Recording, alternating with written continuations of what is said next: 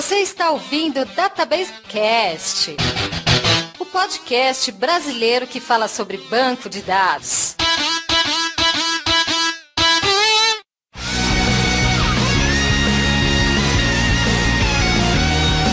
Olá pessoal, meu nome é Mauro Piquiliani e não é só o brasileiro que não gosta de documentar o sistema e o banco de dados.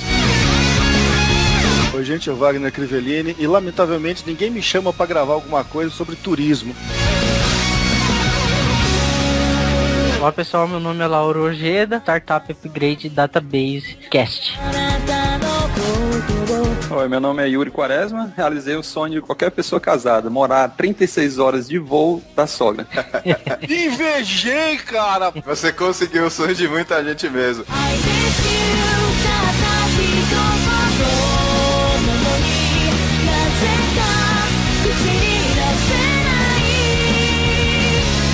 Wagner, nesse episódio da Database Cast a gente vai falar sobre profissional de banco de dados que trabalha no exterior. E aproveito para perguntar, você também já teve essa oportunidade de trabalhar no exterior? Cara, eu só fiz projetos no exterior e coisa curta, tipo 2 meses no máximo. E a galera tem uma experiência bem maior. Aí já é um negócio bem diferente, porque tem uma adaptação diferente e é isso que eles vão contar para nós. Só para o pessoal saber aqui, Lauro, você teve uma experiência internacional em qual país? Apesar de ter viajado em vários países, eu morei na Irlanda e na Suécia. E você, Yuri, tá falando de onde? Tô falando de Brisbane, na Austrália. Eu ia perguntar se aí onde você tá tem bastante canguru, koala e aquele coiote que parece um cachorro? Ah, aqui tem de tudo, cara. Aqui até uma mosca pode matar você, bicho. Aqui a gente contra koala, contra canguru. Não tem sogra, mas tem canguru e mosca assassina? Você consegue, ao final do dia, voltar pra casa e cruzar com o canguru ao seu lado. Meu Deus do céu, cara. Mas, rapaz, aqui tudo pode matar você, cara. Vamos lá para a leitura de e-mails, comentários e tweets e depois a gente continua esse papo sobre como é trabalhar no exterior.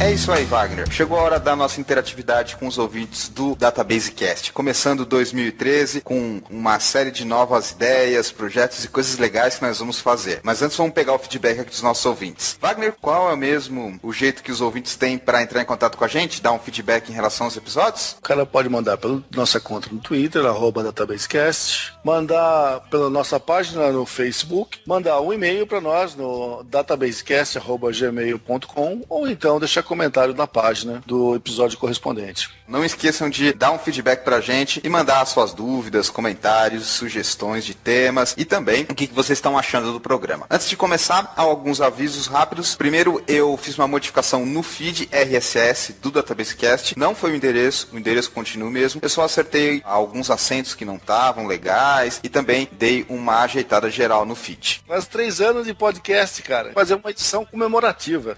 Estamos pensando em novos projetos para 2013, de novos formatos no nosso programa. Vamos para o feedback em relação ao episódio 28, na história do DB2. Eu separei um e-mail do Carlos Felipe. Ele disse: salve DBAs do Database Cast. Quero parabenizá-los pelo excelente cast que vocês produzem, pois estou aprendendo muito. Sou programador de VB.net, mas creio que o programador não deve se prender à linguagem, e sim ter em mente que o importante é saber estudar a modelagem e entidade relacional, que atualmente é algo meio raro no meio. A gente meio que discorda, Wagner. A modelagem talvez não seja tão frequente, porque ela é feita no começo do projeto, mas é sempre importante ter quando você fala em desenvolvimento de software. Cara, eu falo isso em toda palestra que eu dou sobre banco de dados. O coração do banco de dados é o modelo que você fez nele. Se vai ser rápido ou devagar a sua aplicação, tem muito a ver com o modelo que você criou, e não pode ser negligenciado isso. Ele termina fazendo uma pergunta pra gente: qual é a nossa opinião em relação aos bancos NoSQL? Abraço e mais uma vez parabéns. A gente já gravou um episódio sobre NoSQL, se se eu não me engano, acho que episódio número 3, tem lá o que a gente acha, e muita coisa mudou de lá pra cá, e a gente vai continuar falando sobre esse assunto, talvez não especificamente sobre o NoSQL, mas sobre um ou outro banco de dados específico que segue aí a tendência dos NoSQL. Obrigado pelo seu e-mail. O negócio agora é a especialização, temos que falar de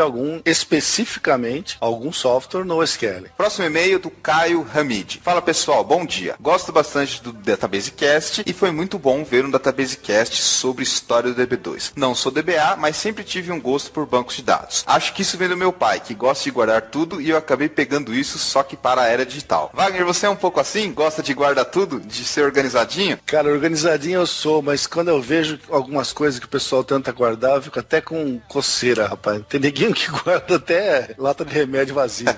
Ele segue aqui dizendo: foi muito bom conhecer a história do DB2. Para mim, ele é o banco de dados que mais chama a atenção, mesmo não trabalhando com nenhum DB2. Gostaria de ouvir um podcast sobre bancos de dados Enterprise, ou seja, aqueles bancos de dados corporativos. Ele cita que quer ouvir as peculiaridades, diferentes necessidades dos bancos de dados para empresas que não podem parar. Também está numa das nossas futuras pautas abordar essas características de bancos de dados mais empresariais, mais corporativos, que tem o título de Enterprise, Wagner. Eu acho que a gente, de certo modo, falou já dos dois assuntos, tanto que o banco de dados para mainframe é exatamente para esse perfil de aplicação, se bem que não é Unix, é mainframe, mas é para esse tipo de coisa mesmo. E também falamos da alta disponibilidade, que de certo modo também tem a ver com o que ele falou. Lógico que o assunto é muito rico e podemos falar mais, eu acho que seria uma boa ideia. Um dia talvez a gente grave um episódio sobre isso. Um outro e-mail que eu separei aqui foi do André Gomes. Ele escreve: Mauro e Wagner, estou em vias de ingressar no último semestre do meu curso de banco de dados. Ele disse que fez uma maratona de Database Cast, ou seja, ele assistiu todos os episódios que a gente já gravou e ficou surpreso, pois praticamente tudo que ele viu na faculdade a gente falou nesses 28 episódios. Ele disse também que o conteúdo aqui é muito rico e que é um dos melhores podcasts que ele já ouviu. Obrigado, André, e é sempre interessante a gente ver que o pessoal está comparando os nossos conteúdos aqui no nosso programa com o que o pessoal vê na faculdade, Wagner. Isso é um reconhecimento importante da relevância do nosso trabalho. Eu vejo dois aspectos positivos. Um, para nós, o pessoal reconhecendo a importância e a dedicação que a gente tem para criar um trabalho aqui do nosso podcast. E o outro detalhe, diferentemente da minha época de faculdade, hoje em dia os currículos estão muito mais sintonizados com novas tecnologias, porque a gente falou de muita coisa recente. E se eles já estão vendo isso em faculdade, é muito legal isso. Uma adaptação do mercado acadêmico, vamos dizer assim, do setor acadêmico ao mercado de trabalho. Muito bacana isso.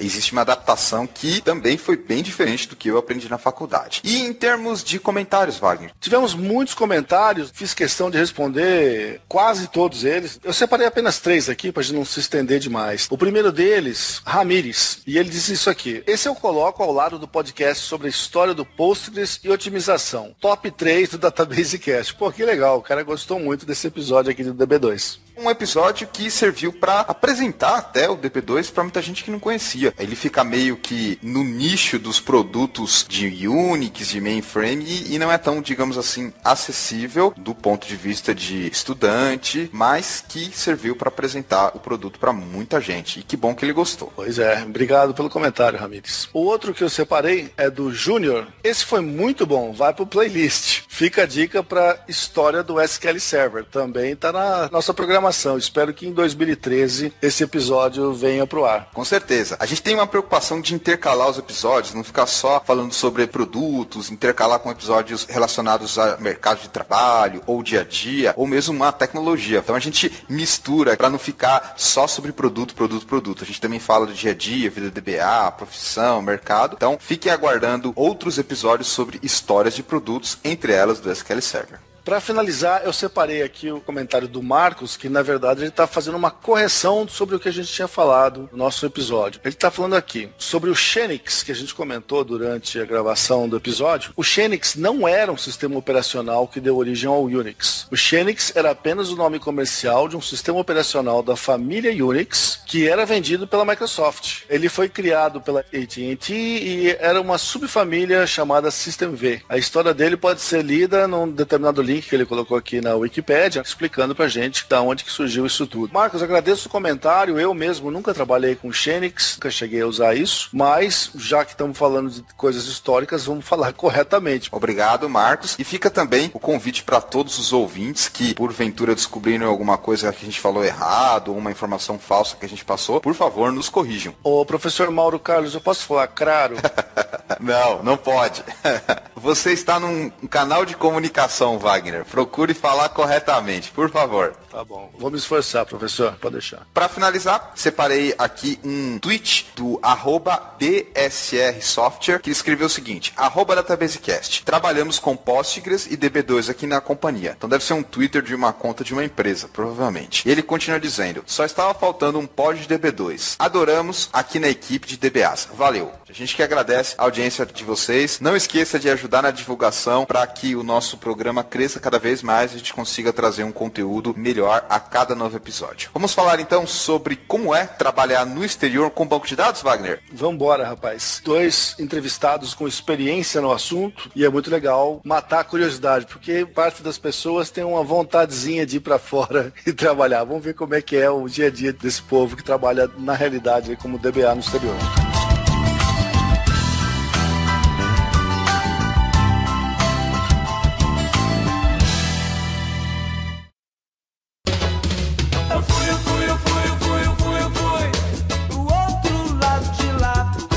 Falar com a galera e conhecer um pouco mais da história, por que resolveram ir para o exterior. Eu, quando tentei ir para o exterior, tinha as minhas razões muito bem definidas. Lamentavelmente, acabou não dando certo. Assim que eu estava fazendo meu projeto em que eu ia mudar para os Estados Unidos, fui fazer um projeto para ratificar essa minha transição. Na semana que eu cheguei lá, minha esposa me ligou: Wagner, eu fiz o exame, eu estou grávida. Aí eu tive que voltar para casa e acabou meu sonho de morar no exterior. Uma pena. Para onde você ia trabalhar? Eu ia trabalhar em Miami. Com os brasileiros ou com os latinos? Eu já tinha 2 sócios brasileiros que tinham ido para os Estados Unidos e estavam trabalhando com um parceiro nosso. Por sinal, recentemente, o segundo recebeu o Green Card. Já está lá há muitos anos. Nunca mais os vi, cara, porque a gente só se fala por internet. Nessa época você ainda não estava na IBM, era a época que você tinha empresa. Exatamente, foi antes de eu entrar na IBM. Quer dizer que você já estava lá, já estava tudo pronto, e aí recebeu a ligação da sua esposa e teve que voltar. Não é exatamente que já estava tudo pronto, mas eu estava fazendo a última etapa do processo, que era fazer um projeto lá pessoalmente, para o pessoal me conhecer, ver como é que era, ver se gostavam de mim, e daí formalizar um convite para que eu fosse para lá também. Era um negócio mais ou menos carta marcada, porque a gente já trabalhava com esse pessoal há mais de 2 ou 3 anos, então à distância a gente já se conhecia muito bem. O que faltava era ver eu trabalhando no local. Só que na semana que eu cheguei, aconteceu isso, o dono da empresa lá falou: Wagner, isso aí a gente chama last day in the coffin. Último prego no caixão.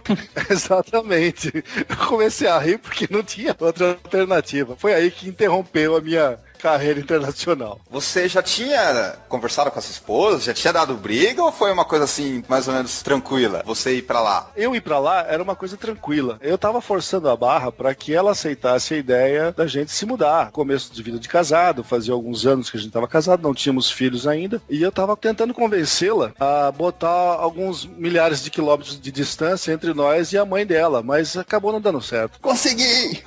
De novo a história da sogra. Vai ser meio recorrente isso. Na época ainda não tinha essa ideia de internet, de trabalhar remoto. Sim, na época eu trabalhava especificamente com BI, Data Warehousing e coisas do gênero. E isso aí era uma onda que começou praticamente há uns 17 anos, mais ou menos, e eu estava no começo dela. Minha empresa fazia isso no Brasil nos anos 90. Então a gente era bem conhecido, tínhamos clientes aí de nome, porque tinha pouca gente que fazia isso, então dava pra gente se destacar. Já estava tudo certo, já tinha casa, já tinha como ir pro trabalho, tudo ajeitadinho? Tava tudo ajeitado para os 2 meses de projeto que eu ia fazer lá. E logo depois desses 2 meses de projeto, aí a gente ia começar a conversar sobre uma mudança lá para Miami. Acontece que se limitou aos 2 meses de projeto, porque eu tinha certeza que minha esposa não ia dar conta de mudar para o exterior grávida. Primeiro filho, principalmente, então acabou frustrando os planos que a gente tinha. Eu conto isso pros meus filhos, dizendo que eles podiam ter nascido lá, né? Eles até dão risada nada do assunto. Quer dizer que você poderia ter se tornado um daqueles americanos gordos que andam de carro pra lá e pra cá e tomam um ovo mexido no café da manhã? Só não tô usando o mesmo carro que eles usam, né? Porque gordo eu já fiquei, então fazer o quê? Mas como é que foi, Wagner? Ela ligou assim no dia seguinte, você já tava comprando passagem pra volta? Foi uma coisa meio urgente assim? Ou deu pra pelo menos tentar conciliar, pensar um pouco, ou não teve discussão? O que mudou foi os planos de longo prazo. Na semana que eu cheguei, ela me avisou. Tipo, eu cheguei no domingo, na quinta-feira conversamos, ela falou, fiz exame, eu tô grávida. Eu falei, putz, que legal e tal. Vai ser papai, Wagner. Vou ser papai, ainda bem que não demorou uns 2 meses que eu estivesse lá pra ela dizer que eu tava grávida, porque eu ia ficar muito mais preocupado. Aí sim você tinha que comprar passagem na hora. Pois é, aí eu ia comprar. Mas acabou que eu fiquei lá mais umas 6 ou 8 semanas, não me lembro exatamente, acabei meu projeto e não tive mais nenhuma oportunidade de seguir nesse caminho. Uma dúvida que muita gente tem é em relação ao visto, porque nos Estados Unidos você precisa de visto para entrar e se você for trabalhar você precisa de um visto especial. Eu não sei qual categoria, B1, B2, enfim. Você chegou a tirar esse visto especial, Wagner? Bom, eu tenho visto B1, B2 já há muitos anos. Tenho renovado ele frequentemente como visto B1, B2. Acontece que isso aí também tem várias limitações. Você pode fazer um trabalho por um período limitado de tempo e eu acredito que não pode passar de 1 mês. Eu sei que sempre tem que dar uma ajeitada na situação. É muito limitado para trabalho. A partir de um determinado momento, se você for ficar mais que o prazo limite, você precisa de um outro tipo de categoria de autorização que eu nunca cheguei a obter. Vamos passar a bola aqui para algum outro convidado. Yuri, como é que surgiu essa oportunidade para você trabalhar no exterior? Conta pra gente do começo. A história é mais ou menos o seguinte. Tinha vindo aqui à Austrália em 97, fazer um curso de intercâmbio de inglês. Por 3 meses adorei o país. Quando eu voltei, eu já havia me formado, comecei a fazer minha carreira profissional em Fortaleza, sou de Fortaleza. E você se formou em? Informática, ciências da computação. Sempre com a ideia de voltar aqui para a Austrália, sair de Fortaleza. Sempre tive essa intenção. Surgiu uma oportunidade em 2001, a qual eu fui para Portugal passar umas férias e quando eu estive por lá, eu consegui ficar por 1 ano trabalhando na área de informática. Eu fui como turista, conheci algumas pessoas por lá, fiz algumas entrevistas e acabei conseguindo trabalho e pedi demissão remota para o Brasil, não foi nada agradável. Mandou lá no e-mail, fui! Fui, mais ou menos isso. A ideia era tirar 30 dias de férias. Mas isso em Portugal ainda? Isso em Portugal. Qual cidade de Portugal? Lisboa. Tava numa empresa já ou você tava pela IBM ou consultoria? Como é que era? Não, eu não sou IBM, independente. Eu cheguei lá como turista, como eu te falei, estava na casa de um amigo. Esse amigo me colocou em contato com alguns recrutadores e outras empresas de outsourcing. Por uma sorte do acaso, uma das empresas gostou do meu currículo e perguntou se eu não estava a fim de entrar num projeto de 1 ano com eles, junto com a Microsoft, num dos maiores bancos lá de Portugal. Eu disse, irrecusável, né? Eu disse, por que não? Nessa época você era casado? Como é que foi a reação da família? Solteiro, morava na época ainda com meus pais e minha mãe, ela no fundo sabia que eu não ia durar muito tempo em casa, entende? Tá. Sempre eu era a história de viajando e querendo me mudar da cidade. Você ficou um tempo em Portugal. Quanto tempo ficou? 1 ano. 1 ano em Portugal trabalhando com informática. Era o quê? Programação, banco de dados? Estava num projeto na qual era migração de software do Windows, não me lembro mais a versão, mas era uma versão bem anterior, era Novell para Windows. Na época no Brasil não existia nem mais Novell, mas ainda lá em Portugal tinha muita Novell. A minha área era de banco de dados simples, mas tentei na época alguma coisa na área de SQL, mas o mercado era muito pequeno, tudo lá era Oracle. Europa em geral, todos os empregos eram em cima de Oracle. Nesse projeto de migração, na parte de infraestrutura, basicamente. Sistemas operacionais e desenvolvendo algumas besteirinhas para ajudar o pessoal. Acabou o projeto, voltei para o Brasil, passei um tempo trabalhando no Brasil, conheci minha esposa, ambos chegamos à conclusão de que Fortaleza já estava ficando pequeno demais pra gente. Eu sempre queria sair de Fortaleza e começamos a pensar em ir para Brasília. Sabe, por que não a Austrália? Eu sempre queria voltar para a Austrália e comecei a pesquisar e entrei no programa de imigração, que aqui é bastante acessível. Qualquer pessoa aí no Brasil pode acessar o site da imigração, baixar o PDF, se atender todos os requerimentos da imigração, você aplica e só esperar. E foi o que fizemos. Então, a partir daí, esperamos 1 ano, conseguimos o visto, vendemos tudo, viemos para cá, chegamos desempregados, apenas com permissão de trabalho. Que aventura, hein, Yuri? Foi uma coisa assim que a esposa embarcou junto e vamos que vamos. E detalhe, não era só eu e ela. Tinha uma pequenininha na época, tinha 6 anos. Olha, linda, tinha uma filhinha? Exatamente. E aí, você já foi com o trabalho trabalho certo para uma empresa ou você foi lá e começou a procurar algum trabalho? Já foi com um contato, alguma entrevista? Eu tinha alguns amigos que trabalharam comigo em Fortaleza. Na época, todos nós aplicamos para esse programa mais ou menos no mesmo período. Ou seja, a diferença que cada um veio foi uma diferença mais ou menos de 3 meses entre cada um. Praticamente eram as únicas pessoas que conhecíamos aqui. Quando a gente chegou, nós não tínhamos contato de empresa, absolutamente nada. O que a gente tinha era apenas a permissão de trabalho. Então, estávamos desempregados exatamente em 2009, no meio da crise mundial da Real Estate Bubble nos Estados Unidos, quebra de bolsa de valores em todo lugar do mundo. É um período difícil. Chegamos na pior época que se poderia imaginar. O dinheiro saía da nossa conta como se fosse uma torneira aberta de água no jardim. Tá?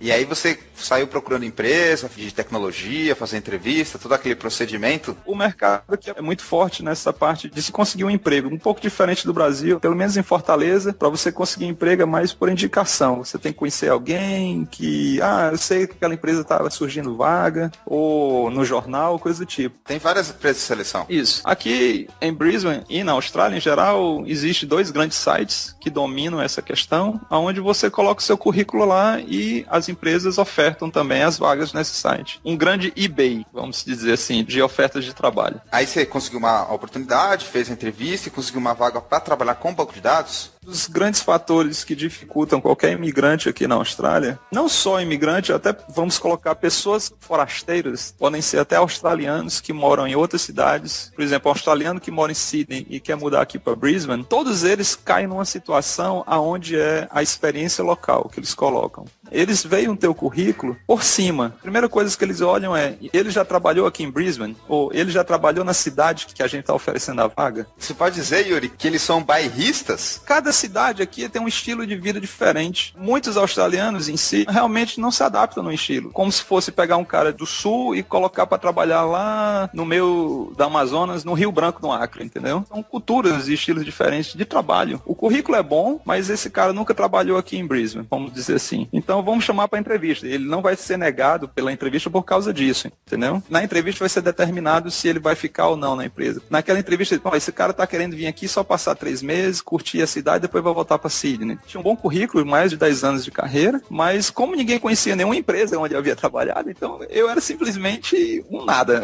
vamos dizer assim. Referências no Brasil e em Portugal. Exatamente, com experiência no exterior também, mas os caras, não, você não tem uma experiência local, a gente vai escolher outra pessoa. Eu já vi muito disso na época que eu procurei emprego. Mas no dado momento que eu consegui meu primeiro emprego, é como se houvesse a validação de todo o meu currículo. Abriu a nuvem assim e saiu aquela luz do sol direto em você quando você conseguiu o primeiro emprego. Emprego para mudar para o segundo, pro terceiro, pro quarto. Tinha recrutador me ligando. Cara, eu tenho uma vaga para você, você quer? Eu disse, não, tá bom onde eu estou. Você começou a trabalhar com que tecnologia na Austrália? Eu sempre trabalhei no server, nunca quis mudar, era o meu forte aí no Brasil, e quando eu cheguei aqui, a única coisa que eu podia me vender bem era em SQL. Como o mercado de SQL aqui é bem grande, comparado com o de Portugal, esse era o meu medo também. Me dei muito bem aqui, posso dizer assim, tive muita sorte, porque existem poucos DBAs, a qualidade do serviço de alguns DBAs em geral aqui, é assim, não que seja muito fraco, não posso nem falar mal do pessoal, mas não pode é uma falar, tecnologia... falar português, eles não vão entender mesmo, não tem problema.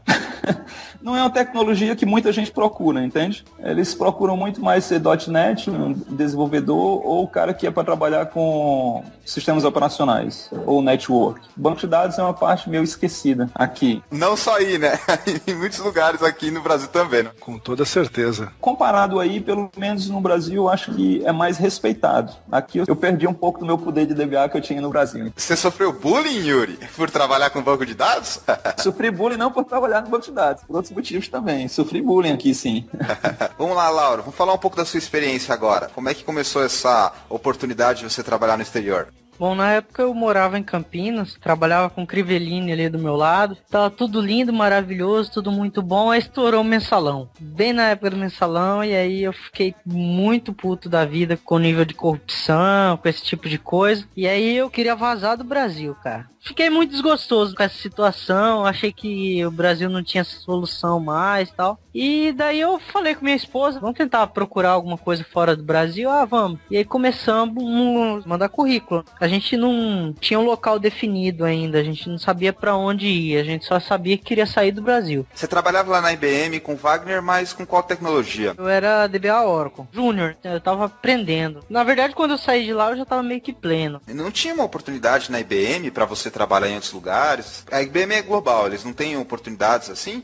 Tem. A IBM é o seguinte, bom, pelo menos na época, é uma empresa global, mas não passa disso. Poucas são as pessoas que conseguem alguma vaga através da IBM que seja no exterior. São mais pessoas assim de nível gerencial. É a visão que eu tenho. É mais ou menos isso aí, Crivelinho? Eu endosso cada palavra que você falou. Então, o pessoal técnico mesmo não tem tanta oportunidade assim. Eu procurei pela IBM também e as pessoas falavam que é um processo novo. Apesar de estar trabalhando na mesma empresa, é um processo completamente novo. Como se eu tivesse procurando um emprego e trabalhasse em outro lugar. Tem nada a ver. Através da IBM eu não consegui. Mas foi engraçado que na época a gente estava procurando emprego aí fora, queria sair do Brasil. Eu consegui uma vaga na IBM da República Tcheca. Nossa, República Tcheca, parece outro mundo pra gente que vem do Ocidente. Era pra trabalhar lá na República Tcheca como DBA. Oracle também? Como DBA Oracle. Só que era pra ser terceirizado. Na época eu tinha acabado de ter virado IBMista. E muita gente ficou me questionando. Pô, você vai largar aqui pra aventurar? Eu falei, vou. Consegui essa vaga na República Tcheca. E engraçado que no mesmo dia, eu e minha esposa estavam fazendo várias entrevistas e tal. Ela também é da área, Laura? Agora não é mais, mas na época ela era analista de teste. Ela trabalhava na CIT de Campinas. E aí ela embarcou junto no sonho de trabalhar no exterior. Foi uma decisão conjunta. Acredito que esse tipo de decisão não pode ser unilateral, né? E aí ela conseguiu uma vaga na Irlanda. Os salários eram mais ou menos a mesma coisa, visto, todo o processo era mais ou menos parecido. Acabamos optando pela Irlanda porque lá se fala inglês e a moeda é o euro. Sei que você ia falar por causa da bebida. O Wagner eu sei que ia por causa da bebida. Tá a realidade da coisa. É que ele saiu de Cuiabá, que era sauna seca, e achou que ia pra Irlanda sauna a vapor. Só esqueceram de acender a coisa lá. Só tinha umidade, o calor ficou de fora. É verdade mesmo, é o oposto daqui. Acabou que nós fomos lá pra Irlanda. Pra começar, da Irlanda eu só sabia que existia uma banda chamada U2 que era na Europa. Só isso que eu sabia. Não sabia do Jameson, cara? Quem é Jameson? O whisky, rapaz. Sim, sim. Olha os caras. Não, aí tudo bem. Eu não sabia também. Você chegou a fazer entrevista por Skype ou algum tipo de contato ou foi só pelo currículo mesmo e conversa? Foram diversas entrevistas, tanto pra mim quanto pra minha esposa. Lembro de uns fatos bem interessantes, que era o seguinte. Eu fiz intercâmbio no Canadá em 2005, se não me engano, e desde então eu trabalhei em empresas que precisassem falar inglês. Então meu inglês era bom já. Não era fluente, mas era bom. Ela não tinha um inglês tão bom, mas ela quebrava o galho. Então o que nós fizemos? A tática. Ela fazia a entrevista no Skype e eu ficava do lado escrevendo as respostas pra ela. Que coisa feia. Olha só o esqueminha, hein, Laura?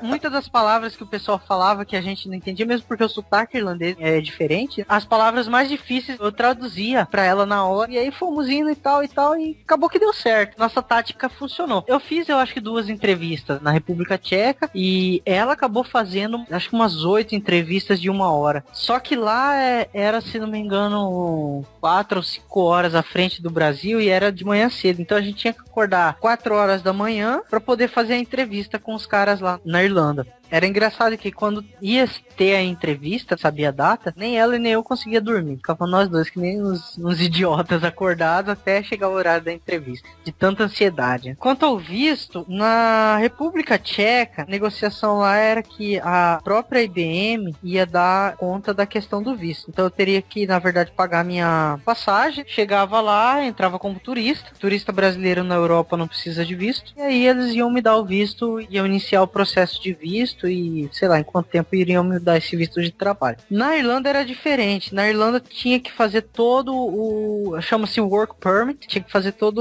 a permissão através aqui do Brasil. A partir do momento que a empresa confirmou que ia contratar minha esposa, eles começaram a enviar documentação. A gente enviava documentação nossa pra eles processaram um bocado de coisa lá, mandaram coisa pra cá pro Brasil, mandamos nossa documentação pra o consulado irlandês aqui no Brasil. Se não me engano, em 20 dias já tava tudo pronto. Olha, bem rápido o processo. Foi super rápido. A gente não queria fazer alarde no começo, quando a gente tava fazendo entrevista, então ninguém sabia. A gente escondeu de praticamente todo mundo. Como saiu muito rápido esse visto, a gente teve que vender nossas coisas em Campinas, assim, em questão de 4, 5 dias. Aí nós resolvemos ir pra Irlanda. Quando eu cheguei na Irlanda, não tinha emprego. Eu fiquei desempregado por quase 5 meses, mais ou menos. Sendo sustentado pela esposa. Cara, esse é o pior, velho.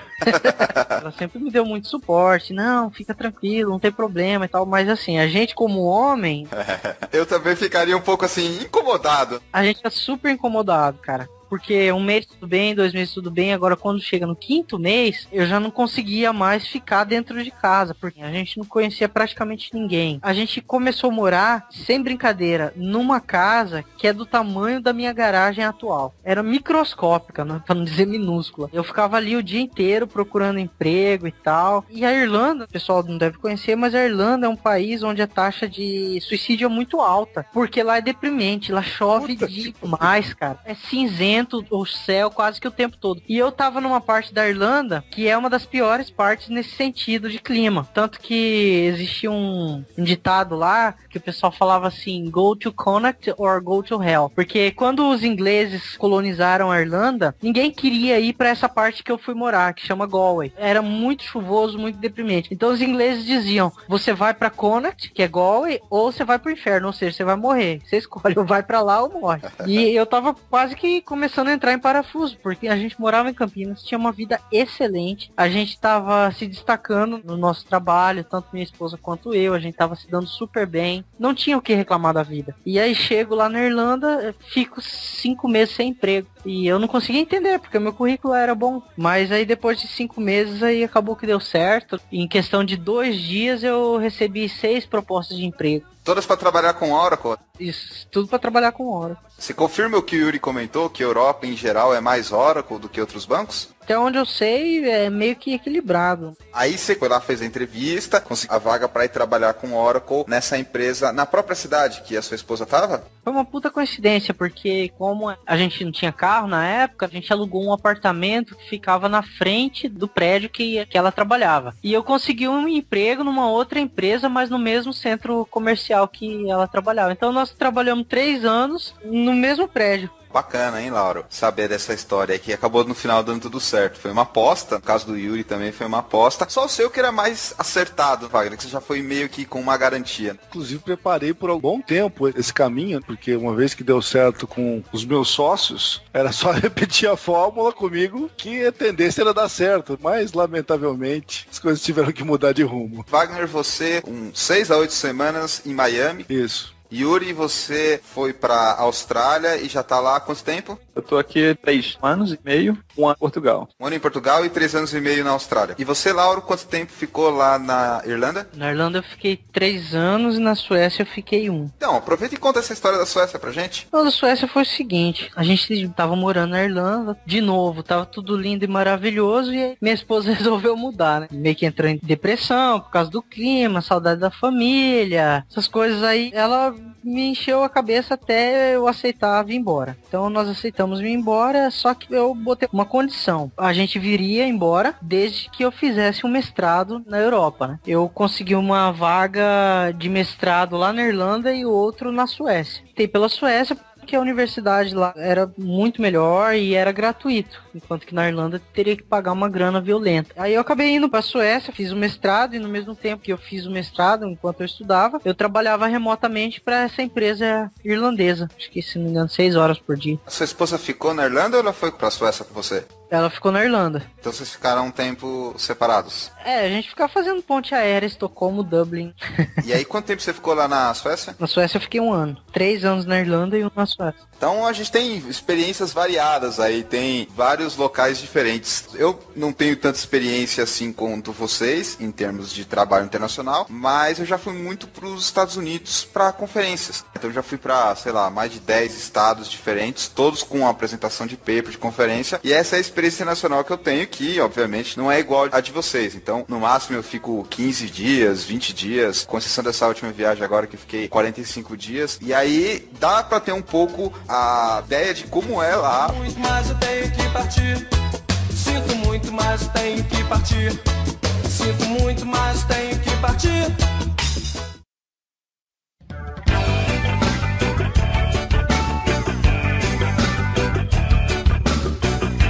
Vamos falar como é que é o dia a dia e como é que é o trabalho na parte técnica para quem trabalha no exterior. Uma coisa que eu queria saber primeiro, mais ou menos qual é a área que a empresa que vocês trabalharam no exterior atua. Se é mais web, ERP, se é, por exemplo, alguma coisa de governo. Wagner, no seu caso, você ia trabalhar para uma empresa que fornecia serviços de BI para outras empresas. Eu era especialista em BI e a empresa estava desenvolvendo um software para dar uma solução de BI para um segmento específico da área financeira e eu estava me adaptando a esse mercado. Eu trabalhava de fato com a parte de base e tudo mais, data warehousing, essa aplicação financeira. E você, Yuri, lá em Portugal você trabalhava com que tipo de empresa, qual era o segmento e também lá na Austrália, como é que era? Em Portugal eu trabalhei no banco chamado Caixa Geral de Depósitos, é um dos maiores bancos de lá. Aqui na Austrália eu trabalhei em várias outras empresas, como de previdência privada, departamentos do governo. Agora eu estou numa software house bem pequena. Outra empresa também, empresa aérea, o equivalente a uma TAM ou Gol aí no Brasil. Meu currículo é bastante diversificado.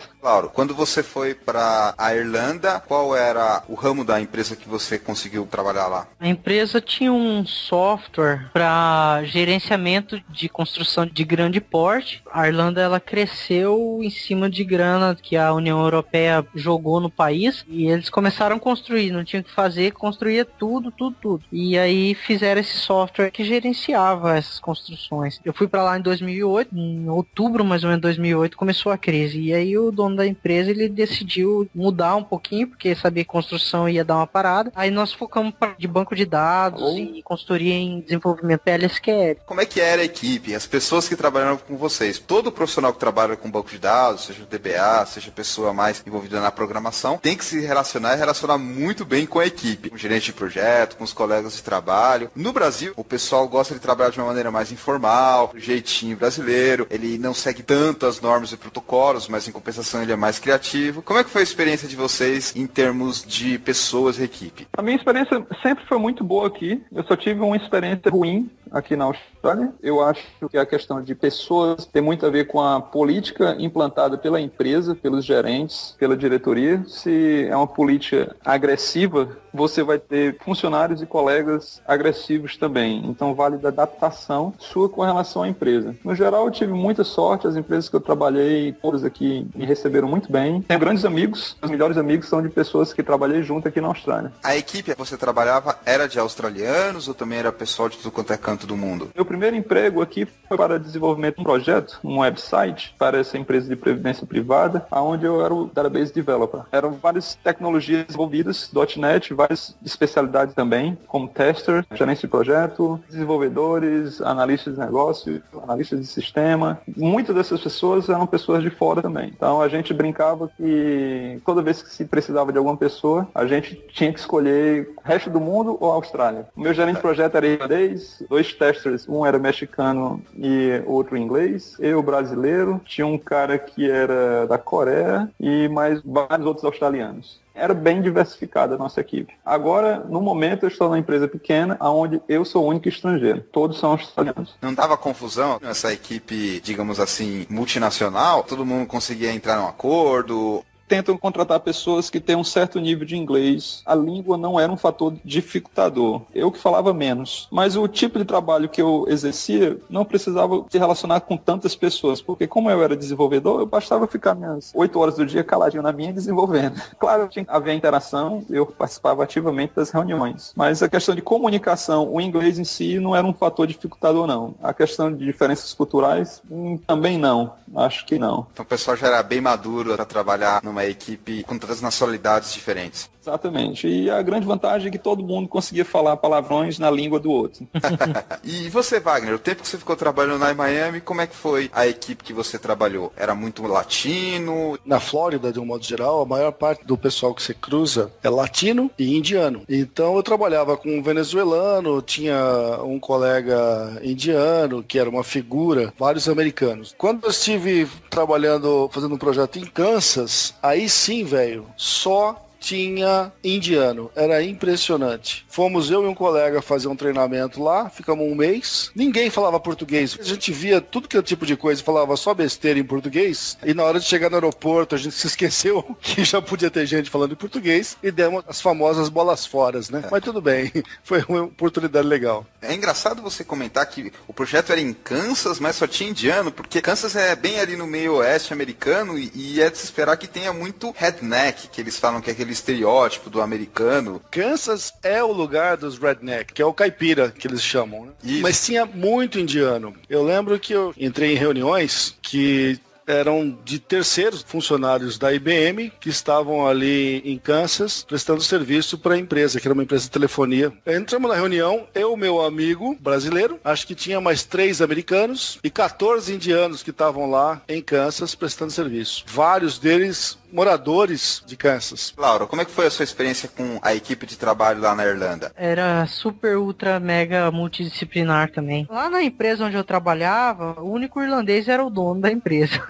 Tinha um paquistanês, tinha o que era brasileiro, a empresa é pequena. Tinha 2 ingleses e 4 poloneses. Essa uma empresa que eu trabalhei, a empresa que minha esposa trabalhou, a gente percebe que lá o pessoal prefere trabalhar com bastante harmonia. E uma das coisas que é bem diferente é que eles seguem as metas que eles colocam. Então isso significa que ninguém fica estressado, ninguém entra em pânico, não tem problema. Igualzinho aqui, né, Wagner?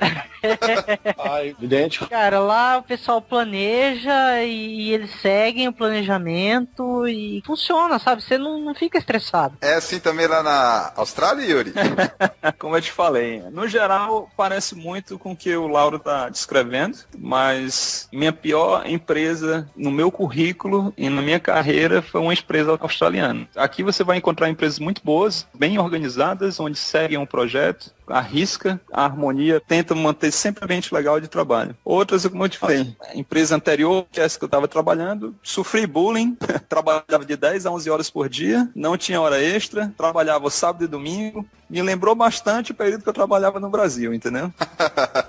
2 horas da manhã acordando no meio da noite para resolver problema de servidor parado. Foi um período de bastante estresse. Mas como todos meus amigos comentaram, não vá para essa empresa, mas não, deixa eu tirar minhas próprias conclusões. Foi avisado, né, cara? A grana era boa, entendeu? Pô, não dá para ser pior do que qualquer empresa do Brasil, entendeu? Mas é a realidade, cara. Eu sei. É triste, mas é a realidade. Tem problema nesse sentido em todo quanto é canto do mundo. Laura, como é que foi a sua experiência com os outros estudantes que estavam com você? Cara, foi fantástico. A Suécia é um dos países mais ricos do mundo, per capita. Eles têm tanto dinheiro que eles fazem cursos nas universidades para estudantes internacionais. E eu entrei numa turma que era gente do mundo inteiro. 30, 40 alunos, mais ou menos. Pô, eu nunca imaginei que eu ia fazer amizade com um tailandês, com uma pessoa da Indonésia, da Papua Nova Guiné, sabe? Completamente diferente. Foi fantástico. Pô, foi um ano que foi espetacular, cara. Apesar de você estar longe da esposa e da sogra também. Cara, eu não falo mal da minha sogra, eu adoro minha sogra. O ruim é que eu tava longe da esposa. Foi um negócio bem difícil. Mesmo porque, quando a gente morou na Irlanda, era eu e ela. Tinha que cuidar dela e ela de mim. Então a gente ficou muito próximo nesse período. Foi difícil nesse sentido, mas em compensação, o curso foi excelente. As pessoas eram excelentes. Eu fiz uma amizade muito grande com um paquistanês, com um alemão e com 4 tailandeses. Pessoal, gente boa demais. Eu levo esses caras como amigo do meu peito mesmo, porque foi muito legal. Aquelas pessoas que você escolhe primeiro quando vai montar o seu time de jogar futebol? Sem dúvida, cara. Esse pessoal aí foi espetacular. Em compensação, não conheci tanto sueco. Conheci alguns. Os suecos que eu conheci foi mais na casa que eu morei, quando eu fui fazer negócios, pesquisas, essas coisas, eu conheci alguns suecos. Os suecos são muito legais, são muito gente boa, mas eles são bastante metódicos. Eu também sou meio assim. Eles são assim, ó, o que é certo, não dê margem pra fazer errado. É um pouco diferente daquilo que eu falei do brasileiro. O brasileiro, ele é mais formal, não é tão certinho, tão metódico, ele é mais criativo. Uma vez eu morei na casa de uma mulher. Tava demorando, eu até ia perguntar das suecas também. Não podia deixar essa oportunidade. Não, mas essa mulher, eu alugava um apartamento lá. Não, sobre as mulheres suecas, elas são muito bonitas mesmo. Só que eu sou baixinho, elas são pelo menos meio metro mais alto que eu, né? Mas enfim, não é... Não era esse o meu enfoque lá, né? São bem, digamos assim, grandes. São grandes, louras. É, porque eles são descendentes dos nórdicos, correto? Dos vikings e tal. Elas são. A gente tem o estereótipo de que sueco é, sei lá, é loiro, alto, branco e tal, só que eu conheci um monte de sueca natural da Suécia mesmo, que parece chinês. Tem um olho meio puxadinho, cabelo preto, são muito bonitas. Eles são desse jeito porque eles estão muito próximos do Polo Norte. São mais ou menos essas duas raças. Esses que se parecem um pouco com o oriental e esses outros que são louros e grandes, com olho claro e tudo. A gente que trabalha com banco de dados e tecnologia está sempre precisando de recursos, seja um novo servidor, uma máquina virtual nova, um novo laptop. Como é que é essa solicitação de recursos? Porque a gente que está no Brasil está acostumado a fazer muito com pouco. Por favor, deixa essa risada na gravação.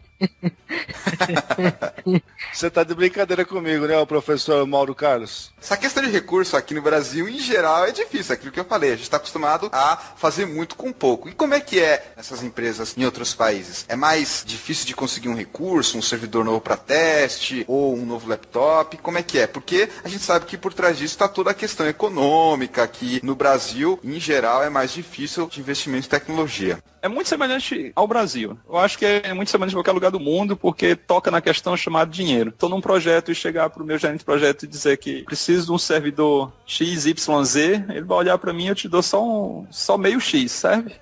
E é se quiser. Você tem que saber justificar em a compra e o acréscimo de qualquer recurso. Agora, a diferença com relação, pelo menos na época do Brasil, em relação à Austrália, é que quando você justifica aquele recurso, é imediatamente atendido. Se eu no Brasil preciso de um servidor que tenha 64 GB de RAM, talvez eu vá conseguir um de 32. Aqui não, eu vou conseguir o meu de 64 GB. É assim mesmo, Wagner? Tem burocracia na justificativa? O negócio é tão burocrático, mas tão burocrático que tem vezes que eu deixo de pedir reembolso de despesas de visita a cliente porque eu não quero passar estresse. Olha, embora o país estivesse em crise na época, nunca tive problema com isso não. Mas eu vejo que a grande diferença de lá e de cá é que lá recurso tecnológico é muito barato. Muito, muito, muito barato. Tanto é que o meu ex-chefe, ele, cada 1 ano e meio, 2 anos, ele trocava todas as máquinas sem perguntar. Chegava lá a máquina nova, ele mandava sumir com as antigas. Inclusive, uma vez eu até ganhei um notebook lá. Preferia trocar com frequência do que ter que começar a dar manutenção, ou de repente perder um HD com dado, esse tipo de coisa. Pelo menos na empresa que eu trabalhei, eles trocavam um parque de máquina. Mas é aquele negócio, a diferença é que lá é muito, muito, muito mais barato que aqui. Questão econômica que está por trás. O poder de compra é muito maior. Na época eu lembro que eu comprei um notebook, que é inclusive o que eu tenho hoje aqui, era topíssimo de linha, eu tinha pago 800 euros. Aqui no Brasil custava tipo 6, 8 mil reais o notebook. E aí o poder de compra que eles têm é muito maior que o nosso. Ô Laura, a questão econômica é alta em todas as situações. A diferença é que o meu servidor, como eu voltei a falar, de 64 GB, eu consigo porque é um valor alto, mas eu consigo. Mas no Brasil se torna surreal devido ao custo, entende? Então o que pesa mesmo é o fator econômico. Falou de recursos, mas também tem a infraestrutura. Suponho que os países onde vocês estiveram têm uma infraestrutura muito melhor. Não é que nem aqui no Brasil que começa a chover, todo mundo começa a salvar, a rezar pro no-break funcionar. Não, igual. Eu lembro que uma empresa que eu trabalhei, a gente tinha a internet que vinha pela linha telefônica, num fornecedor aqui de São Paulo. E a gente brincava que bastava pousar um pombo, um passarinho em cima da linha telefônica lá no poste que caía a internet, de tão precário que era a infraestrutura aqui. Agora deu uma melhorada, mas também não tá tão bom assim. E aí, como é que é nos outros países? Eu tive uma situação bastante engraçada. Você vai dizer que um canguru pulou na linha da internet, no fio da internet? Não, o Alan morreu eletrocutado mesmo. Um grande amigo que trabalhava lá disse, cara, eu tô com uns arquivos aqui, tipo com as fotos, e era uma quantidade considerável de dados. E ele disse, não tem um pendrive? Eu disse, não, eu não tenho, mas tu pode copiar pra mim um workstation aqui que vai ser tranquilo. Tipo uns 5 GB de dados. Então, começou a cópia e começou a ficar lento. De repente o telefone meu e o dele tocam Era o cara lá de network perguntando o que eram esses arquivos que estavam sendo copiados. Já tinha sido colocado pro meu chefe também. Aí, pô, o que é isso? O que é que tá vendo? Eu fiquei assim, até em pânico, assim, pô. Tinha recém chegado na empresa. Aí os caras, não, é porque vocês acabaram de derrubar a rede da gente. Caramba, só copiando o arquivo? Foi exatamente isso que eu tô dizendo, que tem muita coisa que a gente pensa que tá fora aí no Brasil e pensa, no exterior tudo é melhor do que aqui. Cara, eu já passei por algumas situações que, caramba, eu não acredito que vocês usam isso desse jeito, entende? Porque é só vocês fazerem um upgrade, mas não é importante. Em compensação, outras altíssimas tecnologias que vai demorar bastante chegar no Brasil, entende? Eu gostei de você falar que tem novel em Portugal, pelo amor de Deus. Cara, você encontra de tudo aqui também, cara. Meu comparativo com o Brasil, os países que eu já passei, a gente tá bem, muito bem, tecnologicamente. Socialmente, economicamente, pode estar em falha, mas tecnologicamente nós estamos muito bem. Na Suécia eu nunca presenciei uma queda de energia. Na Irlanda, acho que umas 3 vezes caiu energia. Mas não tá muito diferente daqui também não. Aqui em Cuiabá, não sei aí, mas aqui em Cuiabá eu acho que nunca caiu energia desde que eu tô aqui não. Agora, a questão de, por exemplo, velocidade de internet, a gente tá anos-luz de distância. Na Suécia, o governo queria que todas as casas tivessem banda larga. O governo bancou a troca do cabeamento em todas as casas, troca do modem em todas as casas, tudo que era relacionado à internet. O governo bancou a troca e aí todo mundo tinha 40, 60 mega por segundo em casa. No país inteiro, o governo fez isso? País inteiro. Nossa, ele igualzinho aqui, Wagner. Mesma coisa. Manda pra mim uma banda dessa, cara. E era barato, cara. Não era absurdo, não. A Suécia é um país socialista. Por isso que o governo faz muita coisa. O preço da internet era algo tipo R$20, assim, por mês. E era qualidade boa, não era intermitente? Que isso, cara? Não. Nunca vi uma internet cair lá, não. A internet virou tão importante quanto a energia elétrica. Na Irlanda era um pouquinho mais lento, mas ainda assim não ficava muito a desejar, não. Porra, era comum eu fazer download a 10 mega por segundo, cara. Comum, assim, tranquilo. O governo também está fazendo a implantação de cabeamento de fibra ótica para a internet, para todas as residências. Está sendo implantado desde o ano passado. Já faz 1 ano e meio que já está rolando isso. Eu acho que no final do próximo ano já vai, todas as cidades e todos os bairros vão estar integrados com a fibra ótica. É em casa. Olha, Fiber to the Desk, até a mesa mesmo? Exatamente, até a mesa. Me admirei, foi uma empresa que eu trabalhei, aonde vai a questão de recurso, tocando na pauta de recurso. Lá o foco era virtualização, então todos os servidores de produção, de desenvolvimento, o que seja, eram virtuais. Isso foi uma coisa que me chocou um pouco, porque eu sou da época onde a SQL tinha que ser numa máquina física mesmo. O banco de dados tem que ser em máquina física por performance. A gente ainda é dessa opinião, Yuri. A gente até gravou um episódio aqui do Database Cast falando sobre isso, mas a gente ainda é dessa opinião, por questões de desempenho e etc. Eu me admirei quando eu fui trabalhar nessa empresa, onde eu trabalhei com o VMware ESX, onde tudo era virtualizado. O cara me explicou mais ou menos como funcionava. Eu disse, eu fiquei admirado. Eles realmente colocaram lá o top do top da parte de VMware, onde você tem um servidor em um site remoto, onde o meu link daqui do meu bairro com o outro bairro parece que está aqui do meu lado o servidor. De repente, por aquele servidor estar lá num host que está super carregado, automaticamente ele já muda para outro site remoto, o meu link não cai e a minha performance não cai, e essa mudança é questão de milissegundos. Eu disse, caramba, eu não acredito que isso está acontecendo. Bem dimensionado, bem montado, bem configurado. Você vender uma solução dessa para uma empresa, até mesmo aqui, é até muito difícil, eu imagino até no Brasil. Então, nessa empresa, recurso de hardware era um fator limitante, apenas porque quando queria mais memória, se não tivesse no pool de memória disponível, você não teria a sua máquina virtual com aquela memória designada. Então, você teria que haver um justificativo para comprar e colocar a memória no host para poder aumentar. Wagner, ficou faltando a sua opinião. Como é que era lá a questão de recursos e a infraestrutura na época que você trabalhou em Miami? Na época de Miami, foi em 99, era absurda a diferença de internet que a gente tinha no Brasil. Na época, se não me engano, na minha casa eu devia ter conexão de escada. E lá a gente baixava com uma velocidade, sim, centenas de vezes mais rápido. Era absurdo. Foi até difícil me readaptar em casa quando eu voltei. Em 2006, quando eu fui para Kansas, também a diferença era gritante das bandas que a gente usava lá com o que a gente usava por aqui. Eu ainda não tinha a ideia ideia dos smartphones e tudo mais, mas era impressionante o que a gente tinha de recurso lá e de máquina disponível. Era uma realidade bastante diferente. Como falou o Lauro, a grande diferença é o poder de compra que tem as empresas. O dinheiro, não é que as empresas são muito ricas, mas as coisas são mais baratas para se comprar por lá. As hipotecas e tudo mais facilitam absurdamente a compra das coisas. Queria que vocês comentassem um pouco sobre o horário de trabalho. Como é que era? Era mais rígido, mais flexível? Porque aqui no Brasil a gente meio que tem duas modalidades. Ou você tem a modalidade CLT, que a pessoa tem o horário certinho para entrar e sair, fora isso, hora extra. Ou aquela modalidade mais PJ, que é mais livre. E aí você tem a possibilidade de ficar até mais tarde, depois você compensa, banco de horas, a famosa time sheet, que é a planilha que você faz. Como é que era a experiência na época que você trabalhou lá, Wagner, em termos de horário? Primeiro que eles trabalhavam, teoricamente, das 8 às 5, mas era meio que flexível. Muitas vezes a gente entrava mais tarde, saía mais tarde. Não era algo tão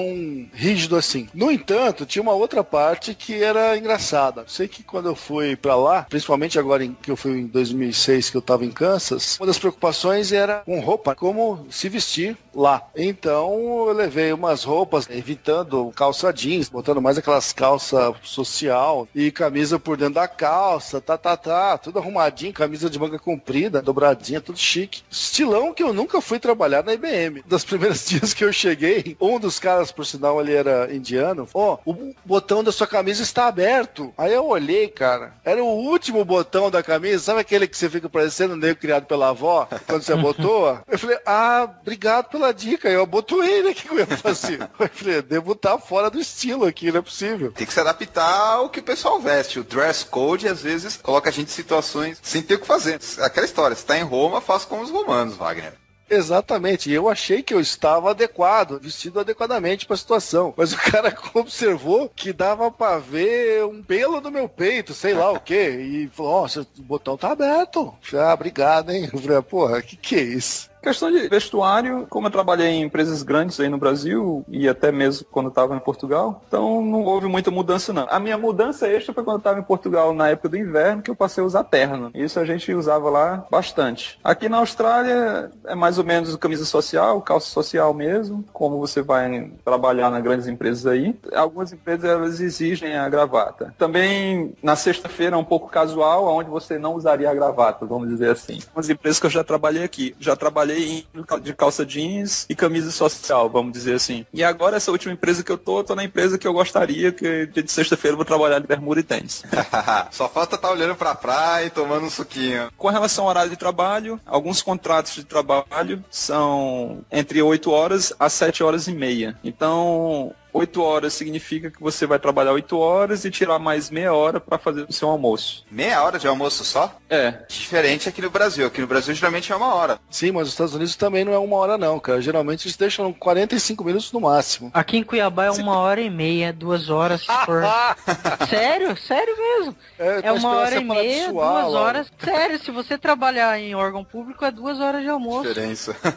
O que é que eu faço? Eu chego no trabalho 8h30, acrescento a minha meia hora, tiro meia hora de almoço, meio dia e meio, e saio 4h30 da tarde, porque o contrato que eu tô são de 7 horas e meia. O pessoal fica na cola, fica olhando, cobrando horário ou não? Cobra um pouco se você vai demorar, como nessa empresa que eu tive um problema, saí na minha meia hora de almoço, saí 11h30 e voltei 1 hora da tarde. Aí o cara, por que você não me mandou um text, por que você não avisou? Mas aí foi um problema pessoal muito sério, ele até não, tudo bem, entenda o que foi que aconteceu, mas por favor, me avise. Pra gente não ficar aqui perdido. Se acontecer um acidente com você, qualquer outra coisa do tipo. Mas eles não se preocupam muito com a questão do horário, não. Você determina muito mais ou menos seu horário e tenta manter aquilo ali. Então, se eu chego no meu trabalho entre 8h30 às 9, passou das 9, aí é tipo, aconteceu alguma coisa com o Yuri. Porque ele geralmente chega entre 8h30 e 9 horas e sabe que só vai me encontrar de 4h30 até as 5, que é a hora que eu tô saindo. Portugal também é assim, informal, mais tranquilo? Não, Portugal era mais parecido com o esquema do Brasil mesmo. Mais rígida? Mais rígidos, o estilo brasileiro mesmo. Cara, lá era muito tranquilo, assim, eles não preocupavam muito com esse negócio de horário, não. Tanto trabalhando para essa empresa que eu trabalhei, quanto para as consultorias que a gente fazia nos clientes, eles são tranquilaços, assim, com o horário. Tanto que a minha volta aqui pro Brasil, que foi muito traumática, porque eu entrei numa empresa aqui em Cuiabá, em que eles contam até os minutos. E se você precisar sair no meio do dia, tem que pedir autorização pro gerente, assinar lá assinar papelzinho, não sei o que, uma puta de burocracia animal. Isso é bem brasileiro. Então, cara, o problema é que sempre tem os tontos que atrapalham, que abusam e daí acaba vendo um outro tonto que quer regular todo mundo. É uma complicação, isso a produtividade não ajuda em nada. Agora, Mauro, a questão também, eu acho que vai muito do cargo que você exerce na empresa. Eu trabalhei muito na área de suporte, então os pepinos ocorriam mais no final do dia para até 7 horas da noite. Então, você chegar de manhã cedo era praticamente não fazia nada, entende? No Brasil eu já trabalhava na área de suporte, então meu horário sempre foi bastante flexível. Eu nunca senti essa questão de estar uma rigidez. Eu sentia com as outras pessoas que trabalhavam comigo em outros departamentos, eu via que os caras tinham que seguir uma linha mais ou menos. Mas até aqui na Austrália, como na área de desenvolvimento, se eu quiser chegar às 9 horas da manhã ou 10 horas da manhã, portanto que eu saia às 7. E também tem a responsabilidade do supervisor ou do gerente confiar em você, saber que você vai fazer a coisa direito, vai ficar morcegando no trabalho. Aqui é uma coisa que eu comecei a fazer. Se eu amanhecer o dia e tiver doente, alguma coisa do tipo, eu ligo pro meu chefe e disse, cara, eu vou conectar de casa e vou fazer o que eu tenho que fazer de casa. E o cara disse, não, tá tranquilo, não tem estresse. Home office. Se tiver acabado, eu vou tirar meu dia de folga mesmo, né? Que eu vou descansar, não vou trabalhar.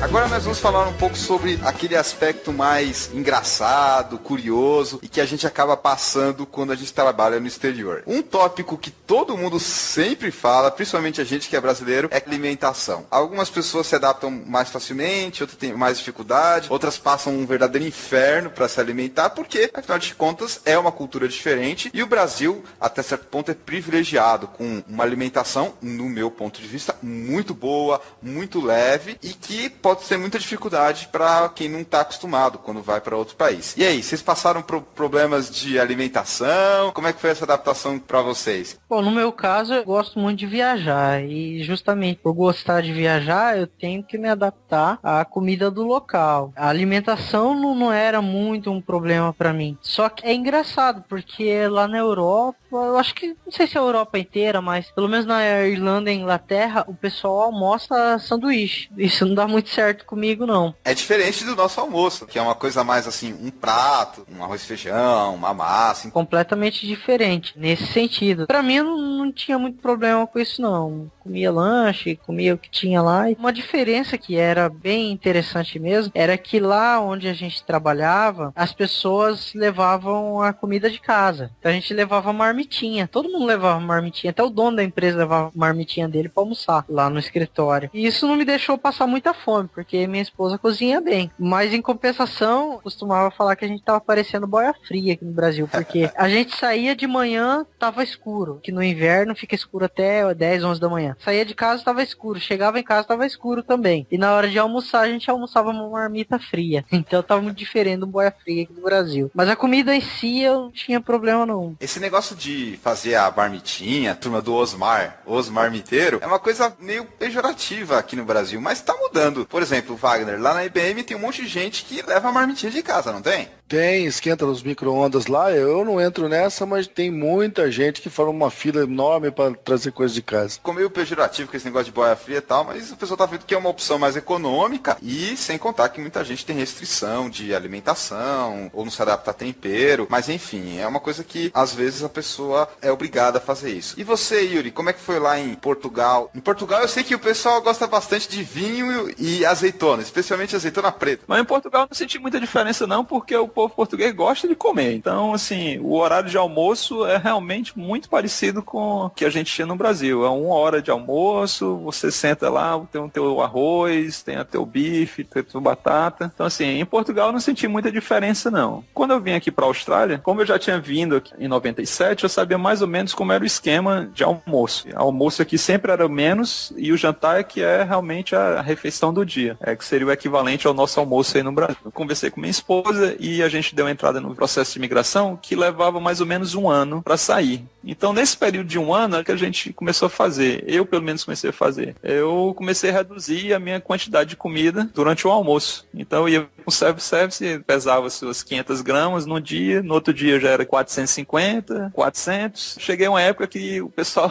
que trabalhava comigo disse, cara, tu não vai almoçar, tu vai almoçar apenas isso. Eu disse, só isso aqui mesmo. Ou almoçava um sanduíche, ou pedia uma pizzazinha, ou seja, eu já comecei a me habituar a comer menos no horário de meio-dia. Em compensação, eu passei a comer mais. Quando a gente chegou aqui, a gente já chegou mais ou menos adaptado. Então, ao meio-dia, a gente já não sentia tanta fome. E um sanduíche, um kebab da vida, um burrito mexicano, já era o suficiente para passar o resto do dia. E chegava em casa, fazia uma refeição um pouco mais substancial, podemos dizer assim. Hoje em dia, eu sou magro, minha esposa é bem magra também, e a gente come pouco. Caloricamente, a gente come baixa caloria mesmo. Agora comemos de tudo. E aqui é a vantagem de ter cozinhas do mundo inteiro. Então você prova vários tipos e diferentes tipos de sabores aqui. Aqui a gente não tem muita diferença, pelo menos o que eu tinha lá em Fortaleza. Quando eu quero uma massa perto da onde eu trabalho, tem algum lugar para comer uma massa. Sempre vai ter algum restaurante asiático. Aqui tem do tipo que você imaginar, chinês, tailandês, coreano, japonês, sushi. Agora, a grande questão é, a qualidade e o sabor é o mesmo? É não.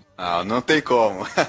Wagner, como é que foi o tempo que você ficou nos Estados Unidos? Porque, tradicionalmente, pelo menos eu, quando vou lá, é difícil. A comida lá é muito calórica, é muito fast food, e eu senti a falta de coisa básica, tipo um suco de laranja natural. Uma coisa que eu senti muita diferença de 99 para 2006 era essa questão do suco de laranja, porque 99, quando eu fui pra Flórida, cara, eu tomava suco de laranja a rodo, e tinha pra todo lugar. Não é exatamente um suco de laranja natural, como a gente tá acostumado, era muito bom. Esse bagulho sumiu. E colocaram nos hotéis refrigerante à vontade. Não era a mesma coisa, cara. Eu sempre comi coisas bem diversificadas quando eu viajo, fugindo dos fast food, na medida do possível, mas sempre comia uma comida mexicana e assim por diante. Lembro uma vez que eu fui comer comida indiana e eu, mesmo gostando de pimenta, tava respeitando a comida, porque me diziam que era muito apimentado, até que eu fui perdendo o respeito pela coisa. A hora que eu dei uma garfada no negócio que me parecia uma berinjela, era a pimenta mais monstruosa que eu comi na minha vida, cara. Devia ser um jalapeño. Não era, cara, porque o jalapeño é mexicano. Esse daí, ela era um outro bagulho, e ele realmente parecia um pedaço cortado de berinjela. Tipo assim, pegou um negócio grande, cortou em quadradinho e mandou pra frente. Véi do céu, eu comecei a rir, mas o olho lacrimejava, né? Era uma coisa terrível. Vocês também já passaram por uma experiência assim de surpresa com a comida, Yuri e Laura? Comeu uma coisa pensando que era outra, não sei? Como a gente chegou desempregado, a gente ia no supermercado e comprava as coisas que fossem mais em conta. Então comprei uma bandeja lá de uma carne, porque os nomes todos em inglês, e quando eu cheguei aqui, a carne era carne de canguru. Que legal, hein? Maravilha. Mas e aí, o gosto era bom, pelo menos? É uma carne muito fibrosa, então a gente é acostumado a fazer na frigideira, a carne que trouxe ficou duro mesmo. Ficou colchão duro, não colchão mole. Mas já era noite, eu tava assim, não vou sair pra comprar outra coisa não, vai comer esse negócio aqui mesmo.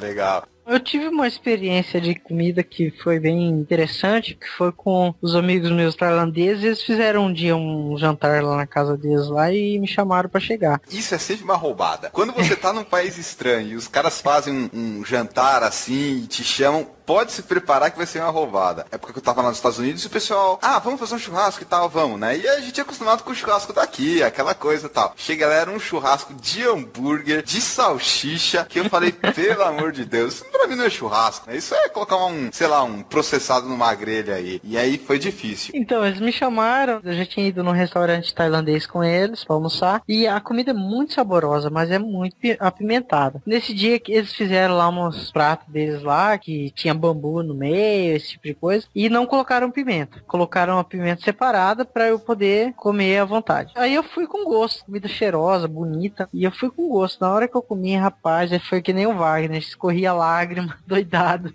Eles não colocaram pimenta, mas eles colocaram umas especiarias que faz a comida arder igual pimenta, mas não é pimenta. Foi só uma troca de idioma. Eu falei que eu não gostava de comida muito apimentada, com muito pepper, só que que eles usaram spices, que são temperos e tal, só que também não deixa de ser apimentado. Mas, enfim, no final das contas eu fiz minha boca se acostumar com a queimadura lá e foi desse jeito mesmo. Eu vou só acrescentar que, como eu moro aqui numa casa, eu tenho uma churrasqueirazinha aqui, convidei alguns amigos para vir fazer aqui uma inauguração da casa, né, vamos dizer assim. Todo dia, toda semana os caras perguntam quando é que vai ter outra inauguração da casa, porque gostaram do churrasco, entendeu? Você não fez de hambúrguer e salsicha? Eu expliquei que eu ia fazer carne, uma picanha, uma coisa do tipo. Quando um inglês, a primeira vez que ele viu colocando a churrasqueira com um dedo de sal grosso por cima, disse, cara, tu vai estragar a carne, não? Eu disse, não, cara, fica na tua. Diz aí se gosta ou não. Continue botando seu sal que você quiser, que eu vou ficar sentadinho aqui só esperando meu pedaço. Ô Yuri, você me lembrou um lance, não aconteceu comigo, mas eu ouvi a história. O americano come qualquer porcaria, coisas mais gordurosas possíveis, e um colega foi fazer um churrasco brasileiro pros americanos lá, e o cara, nossa, tudo isso de sal, isso deve fazer mal pra pressão. Puta que eu pariu, o que os caras comem, velho. Vem falar que o sal vai fazer mal pra pressão, é muito cinismo, fala sério. Num dia do churrasco, a minha esposa, não, vou fazer um arroz aqui rapidinho. Então eu tinha uma morada do amigo meu, que ela é iraniana, e ela disse, não, eu vou te ajudar aqui. E aí foi ajudar a minha esposa. E aí a Lígia, que é a minha esposa, pegou e começou a cortar lá um alho, cortou cebola, botou na frigideira, aí... o tempero do arroz. Na panela, pra fazer o arroz. Aí ela, mas por que você tá colocando arroz? Não, pra temperar. Eu disse, não, mas a gente não coloca isso no arroz. Ela falando. Eu disse, não se preocupe não, deixa eu fazer meu arroz aqui, então. Aí ela fez o arroz temporada, porque é costumeiro o pessoal aqui não colocar nada. Nem sal coloca no arroz, entende? Ah, verdade, é verdade. Nossa, que terror, hein? Eles comem arroz puríssimo. Meus amigos estrangeiros gostam de vir aqui, que eles dizem, rapaz, a comida que você faz é igualzinho que a gente come, mas tem um sabor mais suave, um pouco diferente. A gente tá tão acostumado com a nossa comida que qualquer diferença, às vezes, a gente já capta na hora.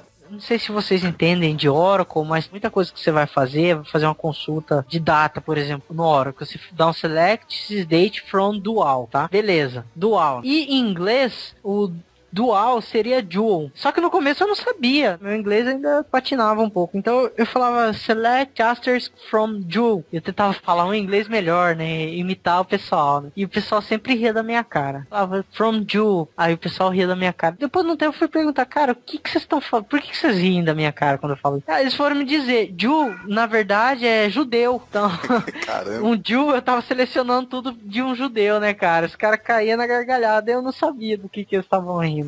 Eu também passei alguma coisa semelhante com essa história do select, porque a gente fala asterisco, mas eles falam star. Eu falava select asterisk e eles, what? Aí depois falava, não, select star, que é o estrela, e também a questão do SQL. A gente falava SQL, mas eles falam SQL, que eles falam tudo junto sem soletrar. É uma questão de pronúncia. Isso me pegou. Não, o SQL também, a primeira palestra que eu assisti, eu fiquei uns 40 minutos pra descobrir o que era o SQL que o cara falava, velho. Nossa, foi difícil.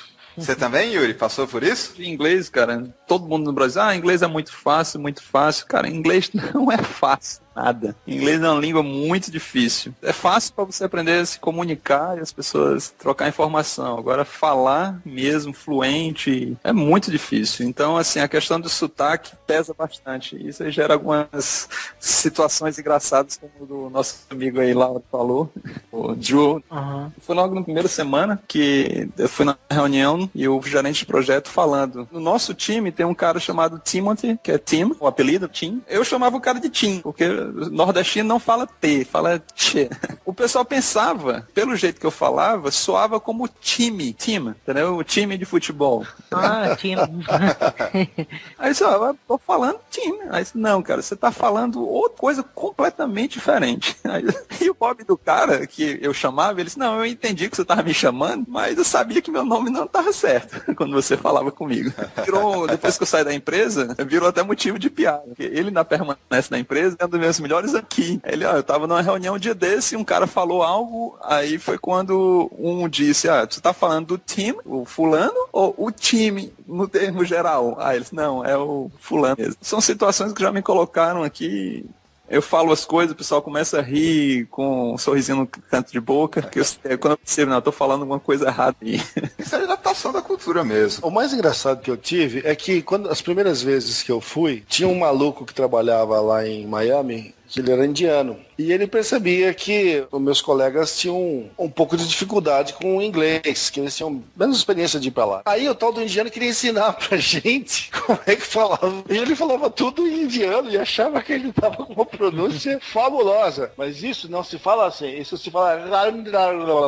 E botava na língua dele, cara. E a gente não podia rir abertamente na frente do cidadão. Se não me engano, era Raj o nome dele. Escreve com R, mas não fala Raj ou Raj, alguma coisa. Ele falava Raj mesmo. Esse era o nível de situação. Ele usava esse sotaque dele esquisito pra falar inglês e achava que estava falando de forma impecável. E a gente se esborrachava de rir, né? Era muito divertido. Sigla e adaptação que eles falam, eles encurtam as palavras. Eu tinha dificuldade, por exemplo, quando você ia medir um desempenho de uma query e tinha lá sec. Aí o cara falava isso rápido, não sei o que lá, não sei query, não sei o que lá, sec. Aí eu não conseguia pegar que o sec era de segundos, você sabe? Porque eles abreviam isso e quando eles falam muito rápido, também às vezes quando tem quebrado, por exemplo, quando você vai comprar alguma coisa e dá 37 centavos, falam assim, 7.37, que é 7,37 centavos. Só que eles falam junto. Isso, quando eu ia comparar dados, que eu tava mexendo com tabela, era muito difícil. Lembro de outras dificuldades aí que a gente passava com linguagem. Eu lembro quando os malucos que trabalharam comigo foram para Kansas, depois que eu e o meu colega tínhamos voltado, chegou no McDonald's da vida, a mulher do caixa, for you to go. O cara,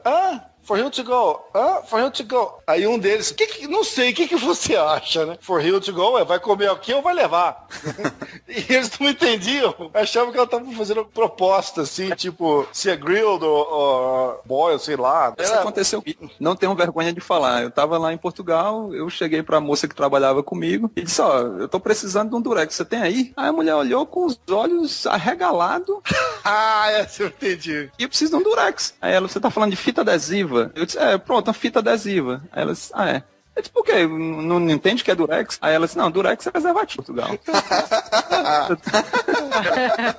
Sem noção mesmo. Essas coisas de língua colocam a gente em situações difíceis mesmo. Uma última indagação aqui pra todo mundo. Saudade. Quem fica trabalhando longe de casa por um bom tempo, ou mesmo em férias, mais cedo ou mais tarde passa por isso. Seja saudades da família que ficou, da comida, da casa, do clima, das pessoas. E aí, como é que vocês fazem pra enfrentar saudades? Quando ela bate forte, pessoal? Cara, saudade é algo bastante complicado. Como foi a opção minha imigrar para a Austrália, a gente já veio focado que aqui vai ser nossa casa. No início foi um pouco difícil, mas hoje em dia, depois de 3 anos, quase 4 anos, a saudade existe, mas é bem menos.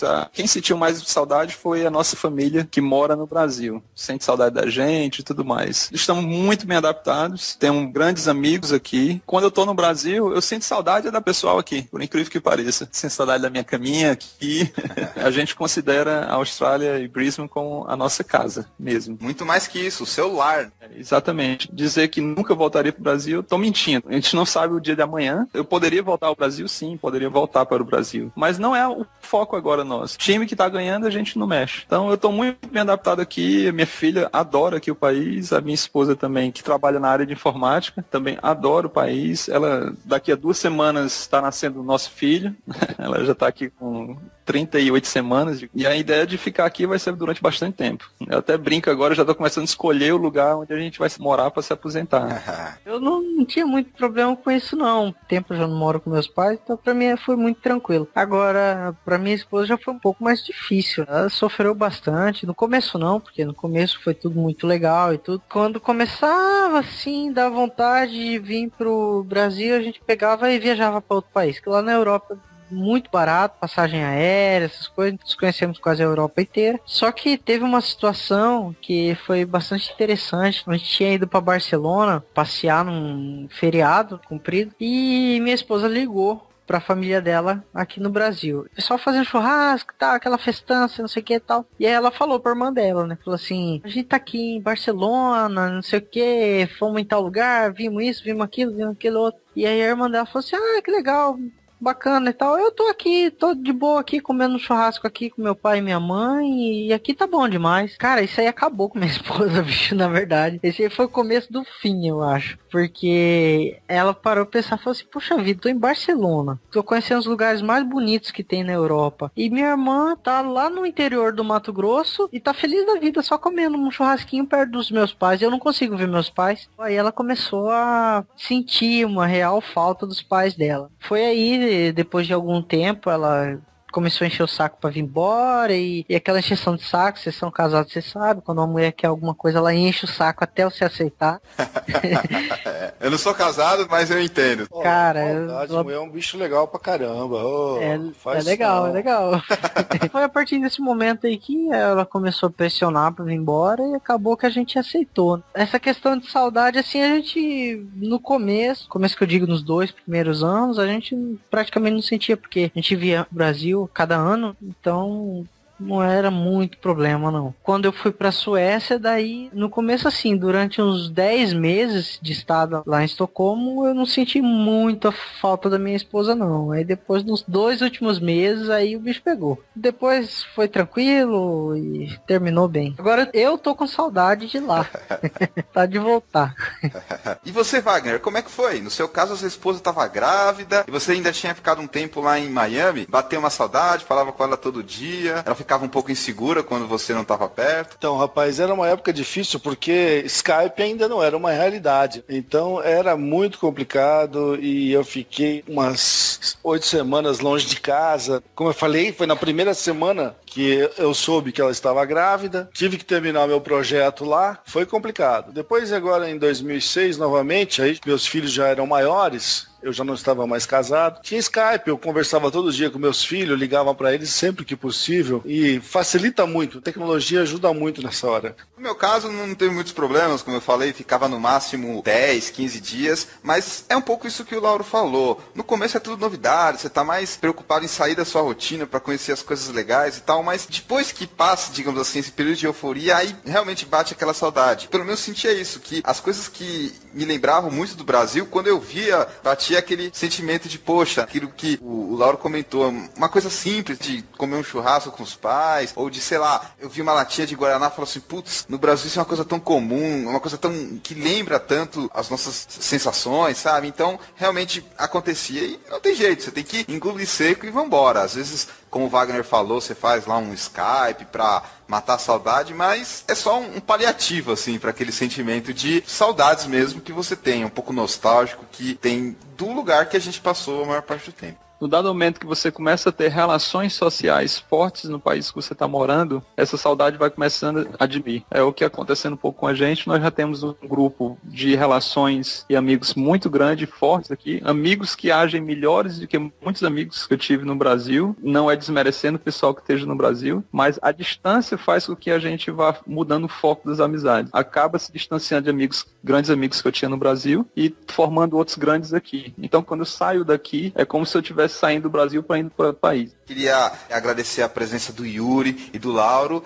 e deixar um tempo final para vocês fazerem 2 coisas. Primeiro, suas considerações finais sobre nossa conversa. E segundo, algumas recomendações que vocês que já têm experiência com trabalho no exterior poderiam fornecer para quem está pensando, tem oportunidade ou quer correr atrás de trabalhar no exterior, tanto profissionalmente quanto pessoalmente. Do lado profissional, eu recomendo o pessoal tentar mais certificações na área da tecnologia que você trabalha e que sejam reconhecidas a nível internacional. Para as pessoas que têm interesse de talvez imigrar aqui para a Austrália, o melhor caminho é acessar o site da imigração, fazer o protocolo que eu fiz junto com minha esposa. É um caminho um pouco mais demorado, porque você acaba sendo um pré-cidadão. Depois de 4 anos você se torna cidadão australiano, ao invés de você vir por uma empresa que vai te dar um visto temporário e onde você tem direitos reduzidíssimos comparados aos direitos de cidadãos australianos. É bem simples, é apenas burocrático e leva tempo, 1 ano pelo menos, mas depois que você consegue, você vai estar feliz. Primeira coisa, eu sempre digo isso em toda palestra que eu faço, preocupe-se em aprender uma outra língua, cara. O mundo se abre à sua volta depois que você fala uma segunda língua. A gente está muito limitado aqui dentro e é inevitável que você fale bem uma segunda língua para poder sair daqui. As oportunidades são muito grandes, às vezes o mercado brasileiro está muito ruim e a gente precisa estar preparado para ter alternativas nesses momentos. Eu já tive vontade de me mudar para o exterior. Estou voltando a um momento em que eu posso voltar a pensar aí pro exterior e eu estou considerando essa oportunidade também. Vamos continuar gravando a TabaseCast, mesmo se você for para lá. Mas não tem problema, por Skype não tem erro. A grande questão é a seguinte, morar fora é sempre uma grande oportunidade, a gente tem uma série de facilidades que no Brasil a gente não tem e vale sempre a pena você ter a oportunidade de aprender como que é. Depois você escolhe se prefere voltar para o Brasil ou ficar por lá. Conheço muita gente que mora fora, tem saudade do Brasil, mas não volta nunca mais. Como é o caso do Lauro, tem muita gente que foi, gostou, mas teve que voltar porque a saudade bateu. Se aprofunde aí nos seus estudos, tanto de línguas quanto técnicos, e pense muito bem na oportunidade de trabalhar no exterior. Obrigado aí pela oportunidade. A primeira sugestão que eu dou aí para quem quer trabalhar no exterior é fazer um intercâmbio. Com o intercâmbio você aprende coisa pra caramba, não só o idioma, você aprende a se adaptar num país diferente, idioma diferente, pessoas diferentes, comida diferente, tudo diferente. Não é uma oportunidade